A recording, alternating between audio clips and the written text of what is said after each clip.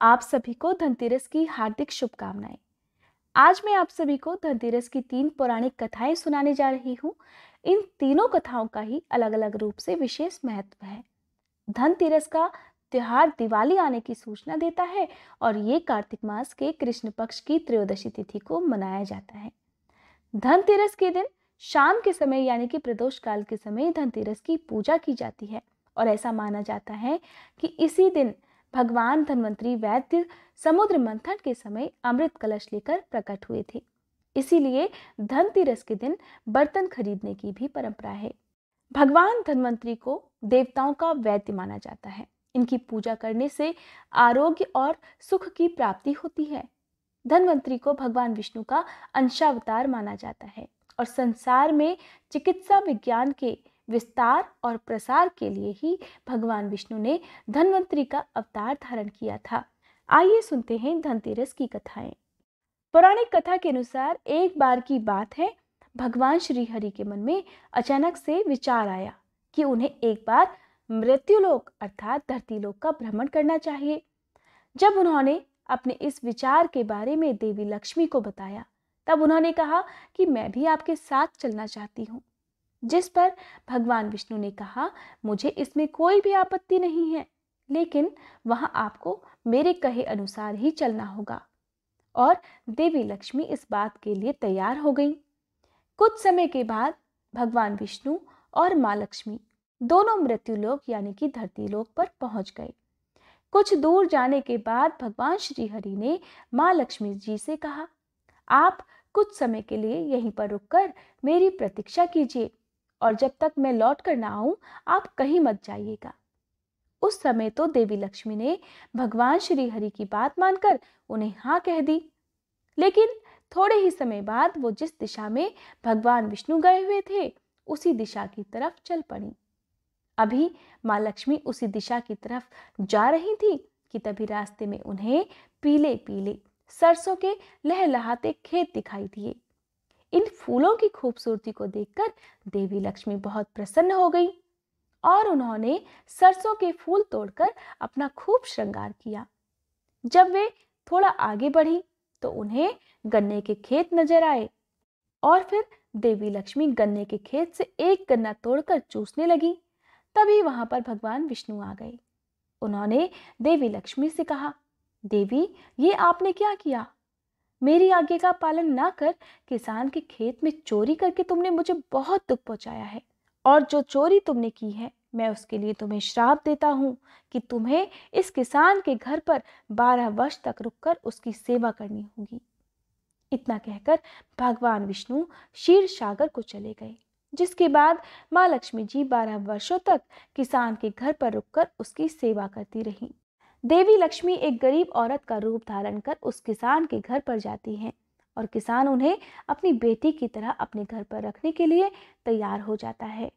इस प्रकार देवी लक्ष्मी के किसान के घर में निवास करने से उसका घर धन धान्य से भर गया और 13वें वर्ष जब भगवान श्री हरि देवी लक्ष्मी को लेने के लिए आए, तब किसान ने देवी लक्ष्मी को विदा करने से मना कर दिया।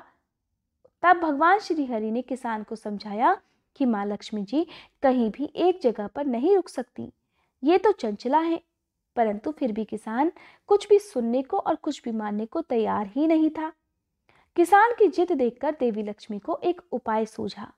उन्होंने किसान से कहा, कल तेरस के दिन तुम अपने घर की अच्छे से साफ सफाई करके शाम के समय घी का दीपक जलाकर मेरी पूजा करना।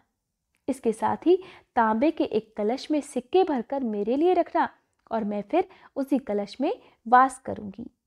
ऐसा करने से मैं तुम्हारे घर में फिर से 1 वर्ष के लिए निवास कर पाऊंगी। तब देवी लक्ष्मी के कहे अनुसार किसान ने ठीक वैसे ही किया और इस प्रकार किसान के घर में धन धान्य दोबारा लौट आया, जिसके बाद वह हर वर्ष तेरस के दिन माँ लक्ष्मी जी की पूजा विधि विधान से करने लगा, जिसके प्रभाव से उसके घर में देवी लक्ष्मी का वास हो गया। मान्यता है कि कार्तिक के कृष्ण पक्ष की त्रयोदशी तिथि को धनतेरस का त्योहार तभी से मनाया जाने लगा। धनतेरस की दूसरी पौराणिक कथा के अनुसार किसी समय में एक राजा थे जिनका नाम हेम था।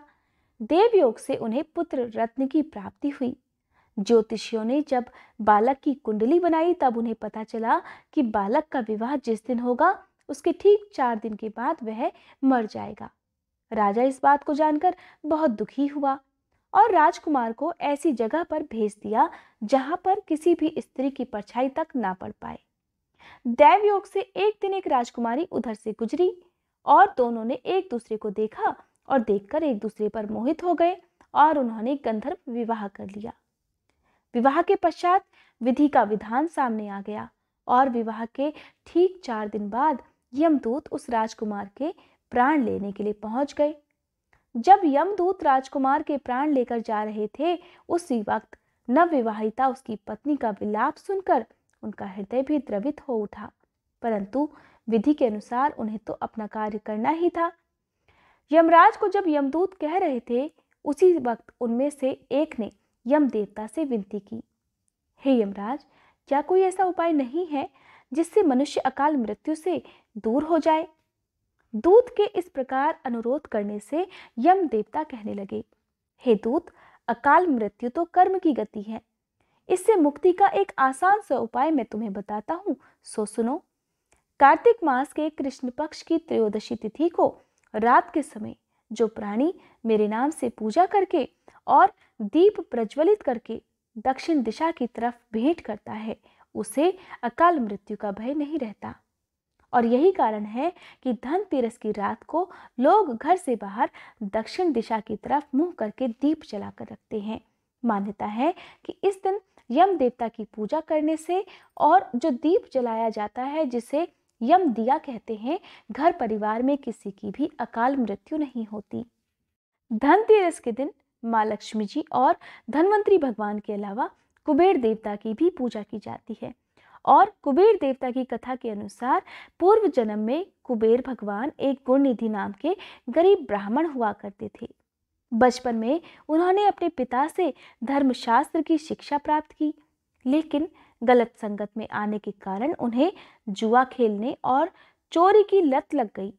गुणनिधि की इन हरकतों से परेशान होकर उनके पिता ने एक दिन उन्हें घर से बाहर निकाल दिया। घर से निकाले जाने के बाद उनकी हालत बहुत दयनीय हो गई और वो घर घर जाकर लोगों से भोजन मांगने लगे। एक दिन की बात है, गुणनिधि भोजन की तलाश में गांव-गांव भटक रहे थे, लेकिन उस दिन उन्हें किसी ने भी भोजन नहीं दिया। इसके बाद गुणनिधि भूख और प्यास से व्याकुल हो गए। भूख और प्यास के कारण गुणनिधि भटकते भटकते जंगल की ओर निकल पड़े। जंगल में पहुंचने पर उन्हें कुछ ब्राह्मण भोग की सामग्री ले जाते हुए दिखाई दिए। भोग की सामग्री को देखकर गुणनिधि की भूख और भी ज्यादा बढ़ गई और खाने के लालच में वो ब्राह्मणों के पीछे पीछे चल दिए। ब्राह्मणों का पीछा करते करते गुणनिधि एक शिवालय में अर्थात शिव जी के मंदिर में आ पहुंचे, जहां उन्होंने देखा कि ब्राह्मण भगवान शिव जी की पूजा कर रहे थे और भगवान शिव को भोग अर्पित कर रहे थे। इस प्रकार वे ब्राह्मण भोग अर्पित करने के साथ ही भजन कीर्तन में मगन हो गए। गुणनिधि मंदिर में जाकर भोजन चुराने की ताक में बैठ गए। उन्हें भोजन चुराने का मौका रात में तब मिला जब भोजन कीर्तन समाप्त कर सभी ब्राह्मण सो गए थे।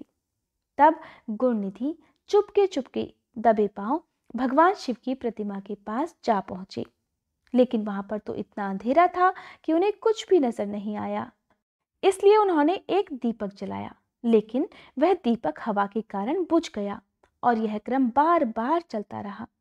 थोड़ी ही देर में वहां से भोग प्रसाद चुराकर भागने की वो कोशिश करने लगे। भागते समय एक ब्राह्मण ने उन्हें देख लिया और चोर चोर कहकर चिल्लाने लगा। गुणनिधि वहां से जान बचाकर भाग निकले, लेकिन वह नगर के रक्षकों का निशाना बन गए। भोजन चुराकर भागते समय गुणनिधि की मृत्यु हो गई, लेकिन अनजाने में उनसे महाशिवरात्रि के व्रत का पालन हो गया, जिसके कारण वह उस व्रत के शुभ फल के हकदार बन गए थे। अनजाने में ही महाशिवरात्रि के व्रत का पालन हो जाने के कारण गुणनिधि अपने अगले जन्म में कलिंग देश के राजा बन गए। अपने इस जन्म में गुणनिधि भगवान शिव के परम भक्त हुए। वह सदैव भगवान शिव की भक्ति में ही खोए रहते थे और उनकी इस कठिन तपस्या और साधना और भक्ति को देखकर भगवान शिव उन पर प्रसन्न हुए। भगवान शिव की ही माया थी जिसके कारण एक गरीब ब्राह्मण धन के देवता कुबेर कहलाए और संसार में पूजनीय बन गए। तब भगवान शिव ने उन्हें आशीर्वाद दिया कि धन त्रयोदशी तिथि अर्थात धनतेरस के दिन उनकी पूजा किए बिना धनतेरस की पूजा सफल नहीं मानी जाएगी। यही कारण है कि धनतेरस के दिन कुबेर देवता की भी पूजा की जाती है और कुबेर देवता को धन के देवता अर्थात धन प्रदान करने वाले देवता माना जाता है। जो भी व्यक्ति सच्चे मन से कुबेर देवता की पूजा करता है उनके घर में धन के भंडार भरे रहते हैं। आज की ये कथाएं आपको कैसी लगी कमेंट बॉक्स में मुझे जरूर बताइएगा।